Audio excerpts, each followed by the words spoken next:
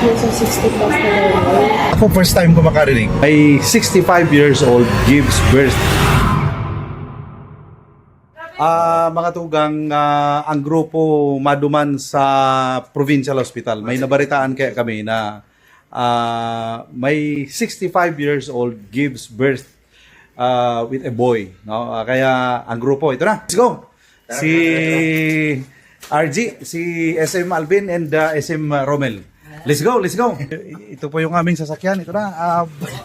Let's get inside. And ayan. Sige, sige. Ayan. Kumukuha lang si Romel ng face mask. Ang problema parang hindi alam kung saan kukunin, no? Kaya mo yan. Ayan po, on the way kami sa may crossing ng Diversion Road.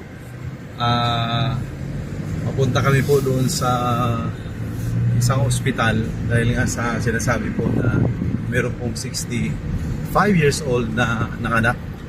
Kung halimbawa totoo yan, ako first time ko makarinig. Ikaw, yes. Romel? First time. Si RG, first time. Si SM Alvin, si Chukin sa... May narinig ka na? Wala pa ako narinig 65 years old na ka. Ako the most na nakita ko, mayroon 51. 51 na nanganak. Sa akin, 69 sir, nakunan. mas matindi yan. So meron talaga palang posibilidad na manganak yung 65? Kasi kung may 69 ka na ano yun? May pag-asa pa ang 70.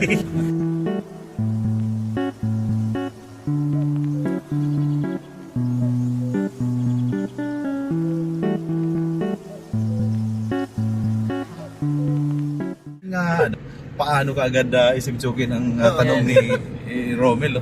Paano daw ginawa? Hindi, kasi may may initial po na information na parang uoperahan lang dahil akala mayuma. Kasi parang lumaki yung tiyan. Ito kwento-kwento pa lang naman to, na pagkikwentuhan lang. Tingnan natin po, basta ang tip sa amin, 65 years old po ay nanganak. So nanganak na, ibig sabihin lalaki. Lalaki, kasi alam na nga lalaki, no? So tingnan natin, kami po ay nandito sa ospital na nabanggit, no? Huwag na lang po nating banggitin ang Provincial Hospital, mga kababayan. Kasi mahirap na. Bakit nag-sign po ng ating mga kasamaan sa media. So itatago natin ito sa pangalang Provincial Hospital. Ay, ano ba? Siguro, saan kaya yan? Dito sa kabila yan, ano? Dito yan. Dito yan kasi nandito yung ward area, eh. Okay, yun lang natin kung pwede. Sige po, basta nandito na po kami sa area. Ano po? Okay. Ayan, dito po. Pwede pala dito pumasok.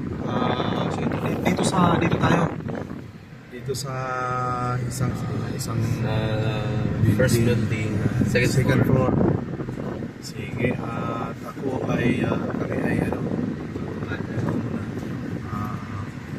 sige. Dalawa lang daw yung makapasok. Kaya dalawa lang po, so pwedeng maglaog. Akyat, dalawang palapag. Dito na po. Sa isa, dalawang palapag. Pangalawang palapag. Sa pangalan po, John Scalvin po. Scalvin. Paano yun ang nakakuluan? Po? Nanganak. Opo. Paikot, ma'am, diba? Paikot.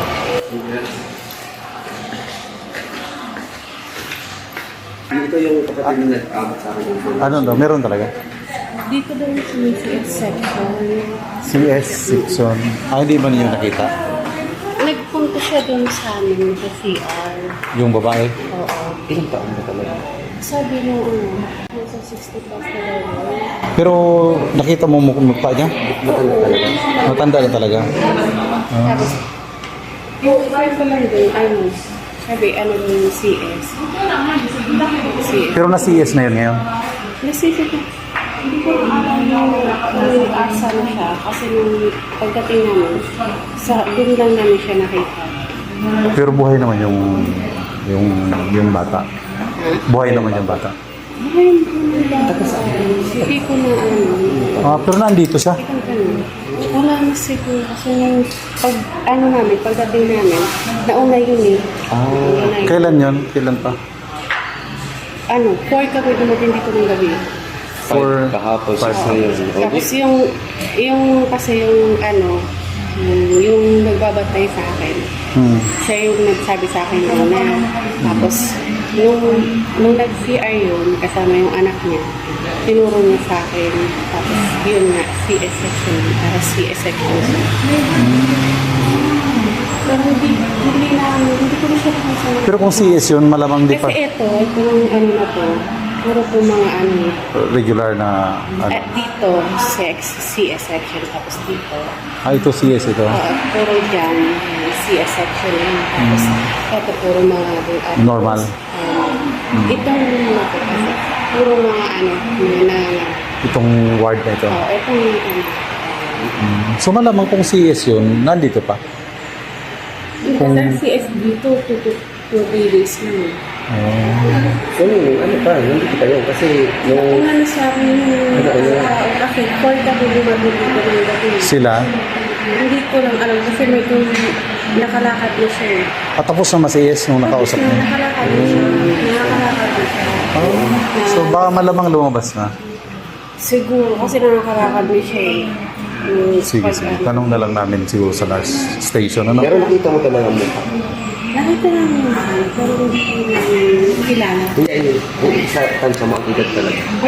Ano siya kung hindi ko yung sabi ko namin, yung boy ko lang. Sabi, menopause rin daw, pero Baby. hindi daw alam. Mayoma daw. Anong kwento? Nagkwento din sa yung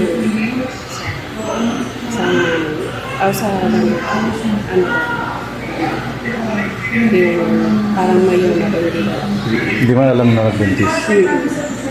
Dito siya rin Pero buhay ha? Buhay ang anak. Kaya lang tinitignan. Ikaw mismo, nakita mo siya. Nakita ko siya. Matanda na talaga. Matanda. Nakita ko siya. Sabi ko, sabi ko, grabe no. Mamamatay na ako.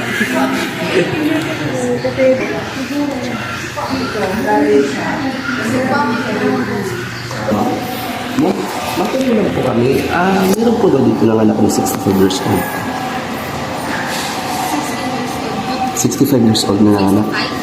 Nananganak? Opo. Na CS daw, ma'am. CS po daw.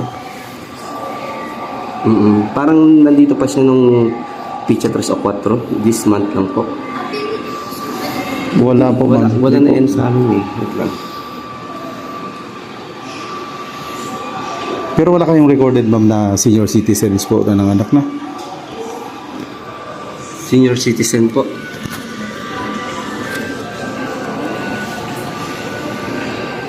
Wala man po, sir. Nanganak daw ba? Dito. CS daw, ma'am eh. Parang pagkaintindi, nung dinala dito, dahil akala may mayoma. Pero nung nakita, baby pa lang sa loob ng tiyan. Pero, tinanong namin kung lalaki daw ang anak. Nakapanganak daw. Kaya inaalam namin kasi para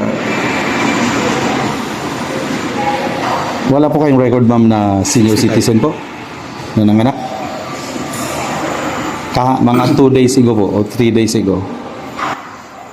2 to 3 days. Sir, pwede po kayo magtanong sa DR na po. Sige. kabilang kasi. Sige. Sige ha. Sa kabilang building.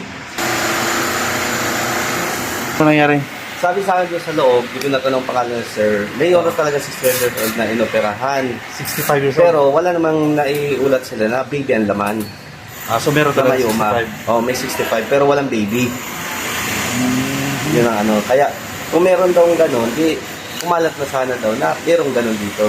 Dapat hanapin natin yung Operahan. Oo. Hindi naman nila siyempre bibigay Wala. pangalan. Hindi, kasi confidential. Kahit kung taga saan, hindi rin alam. Wala, confidential sir. So, Dapat daw ipaalam mo na sa pamilya. so wala talaga. Wala. Ngayon, tatapusin natin to. Dapat wala tayo. Wala. Okay, wala po kami ha.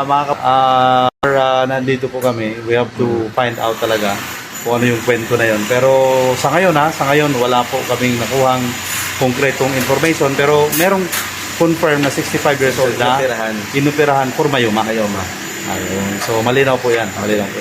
Ayan na po. Tapos na yung aming mission. Kami po ay lalabas na dito. Mission accomplished. Mission accomplished kami ni Romel. Marami kaming nalaman. No? Unang-una nalaman natin, maganda na pala talaga yung Provincial Hospital. Maganda na talaga Provincial Hospital. Maganda na. Tapos maganda yung mga kausap, yung mga tao magmula dito sa security guard. Tapos doon sa mga natanong natin, pinaupo ka pa, tagal mo doon, di ba? Pinaupo pa si Romel. Pinapakain pa sana ako ice cream kaso ako nahiya. Pinapakain. So mga mabait to.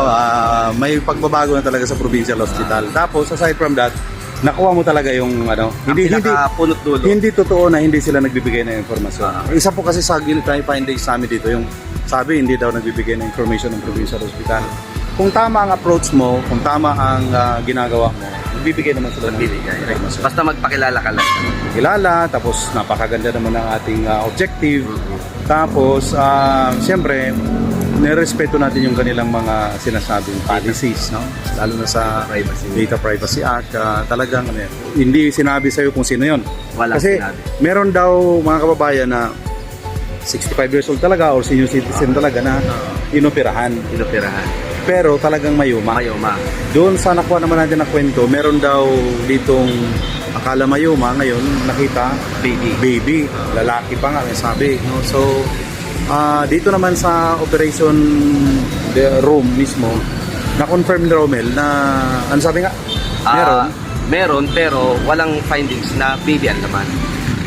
So may inoperahan talaga. Ngayon, siyempre, di naman natin pwedeng hanapin yan kung sino pa yan. No? Basta ang kwento nung nakuha naming istorya doon sa nagbigay ng information na meron ng ganitong pangyayari. Kasi sabi nila, nakasama mismo nila doon sa room yung matandang nanganak. Pero iba naman ang kwento dito sa... Totoo talaga para yung matanda na nakasama doon. May matanda. So, again, mga kababayan, gusto namin ipalabasin dito na yung tamang pagkuha ng impormasyon, hindi yung fake news agad, misinformation agad, sasakayan mo na kaagad yon. So, dito, na-found out natin na meron talaga, pero dahil sa masusi nating investigasyon at personal nating pinuntahan dito, na-found out natin yung totoong istorya. Sana po magbigay ng aral itong aming ginawa sa mga gumagawa po ng mga content, sa mga gumagawa po ng mga kwento. Ito na ang isa sa pinakamagandang example na huwag ho tayong maniwala sa basta-basta kwento lang. Pakinggan natin kung ano talaga ang totoo sa likuran ng kwento na yan. Dapat tayo mismo ang makasaksi. Yun. So, again, marami tayong na-found out dito. Yung mga magiliw na mga empleyado ng Provincial Hospital, talagang okay naman pala. Okay tayo, ha? Okay.